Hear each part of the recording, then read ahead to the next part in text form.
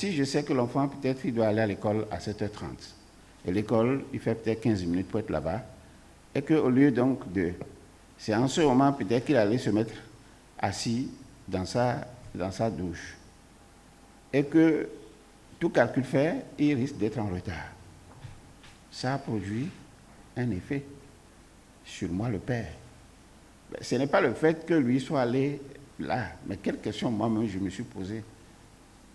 Et son comportement reflète quelle réponse qu'il envoie à la vie. Au lieu de le gifler pour dire fais vite, hein, tu ne sais pas que tu vas. C'est comme ça que nous faisons, non? Hein, tu ne sais pas que tu vas être en retard. Bon, mais lui, il garde la frustration. Or, il vous renvoie la frustration pour que vous sachiez donc qu'il y a quelque chose qui va se produire. Alors, comment on a géré ça? C'est ça l'attention. Je ne sais pas si je suis un peu plus clair. Alors, c'est quand vous allez commencer à faire attention à tout ça que vous pouvez réellement comprendre que l'équation de la vie, c'est tout simplement établir des égalités. Et si j'arrive à établir ces égalités, il n'y a rien à faire au monde, c'est que je dois forcément m'élever au-delà, au-dessus de la précarité de ma santé. Et je ne vois pas la santé ici sous le format de douleur corporelle. Non. Même le fait simplement de ne pas très bien gérer un tourment, c'est une santé dégradée. Alors donc, comment je vais établir les équations? Et quand je regarde très bien, et on me dit, mais écoute, les vices que j'ai introduits, les ennemis à ma pleine santé, les défauts que j'entretiens moi-même, on me dit, il faut les relever. Il n'y a que toi, on a dit.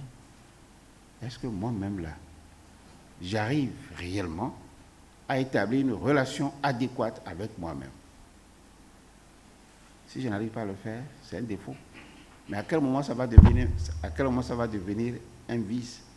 À quel moment ça va devenir un ennemi?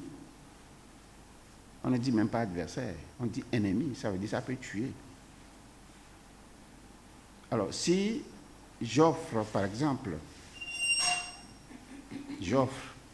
à mon voisin, je lui offre une colère. La colère, c'est, en fond, comment on appelle ça?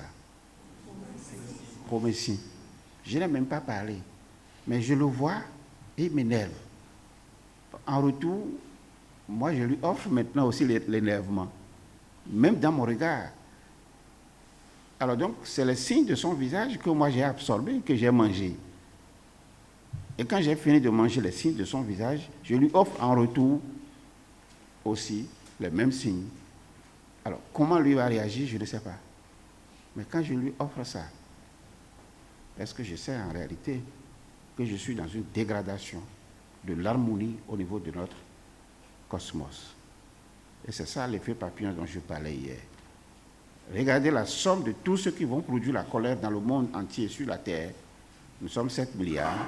Imaginez donc qu'entre 7h et 8h, 5 milliards ont produit de la colère. 5 milliards sur les 7. Je ne sais pas si vous voyez l'effet que ça va produire sur tout notre environnement terrestre. Et c'est là qu'on commence par voir la gravité et on sait qu'on n'est plus seul. Et que ce qu'on attend de nous, qu'on puisse donner, ce n'est pas la colère. Alors cette colère, ça peut tuer. Et c'est à moi de trouver les circonstances pour dire, mais écoutez, il a suffi tout simplement qu'on se mette en colère juste 1 minute pour tuer peut-être 10 ans de patience et de calme. Tu as toujours été, mais il a suffi que tu fasses ça. Et les autres à qui tu as toujours donné, à qui tu as toujours servi ce calme, cette sérénité, ils vont se dire brutalement, mais qu'est-ce que je lui ai fait? Et ça suffit pour que quelqu'un en meure, mort biologique, ou que quelqu'un en meure, mort mentale. Donc c'est très sérieux l'exercice, et moi je vous invite à poursuivre donc la réflexion. Donc c'est toutes les catégories confondues, et qu'on se dise, oui, ça c'est... Nous sommes dans une santé précaire, parce que nous n'arrivons pas à gérer les émotions qui sont les nôtres. Nous n'arrivons pas en fait à avoir une maîtrise claire de nos organes et nous ne sommes pas dans une dynamique tout à fait élaborée de la relation donner et recevoir. Et il nous arrive parfois qu'on veuille recevoir beaucoup plus qu'on donne. Voici l'expression « nous sommes à l'école du donner et du recevoir ». Ça existe, non? Oui, si ça existe, c'est parce que en dessous, il y a une loi. Et c'est ça que moi je vous fais découvrir ce matin. Alors quand vous arrivez en fait donc à maîtriser ça, vous êtes peut-être avec votre enfant, il a peut-être 9 ans, je suppose. Et chaque matin, il ne fait que mouiller peut-être son lit. Tout le monde crie. Ah, lavez les draps, tout ça. Mais vous savez qu'il va cesser. Il ne peut pas mouiller le lit jusqu'à 75 ans. Est-ce qu'il peut le faire? Non. Donc vous savez qu'il va le faire. Mais au lieu maintenant, lui, il vous donne les urines du matin, là. C'est ça que vous êtes allé voir, le drap. Oui, et puis vos narines, là, c'est les odeurs. D'accord? Ça, c'est le prétexte. Mais ça a produit quoi dans votre tête? C'est ça.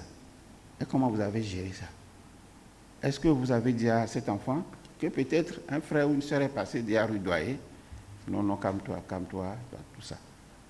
Si tu l'as fait, vous allez voir que cet enfant sera plus attaché à vous que à l'autre qui est venu tout à l'heure le rudoyer. Or, nous avons nous-mêmes des comportements chez nous, je crois que chacun connaît, qui n'ont rien à voir avec comment la vie fonctionne. Et nous nous tapons la poitrine pour dire, ici, ça ne se passera pas comme ça. Donc, petit mes filles, bien, c'est pas ce qu'on dit. Si même on est enseignant, on dit, si je suis professeur peut-être d'anglais ou de sciences physiques, je dis, à mon cours, vous devez, à mon cours, vous devez quoi?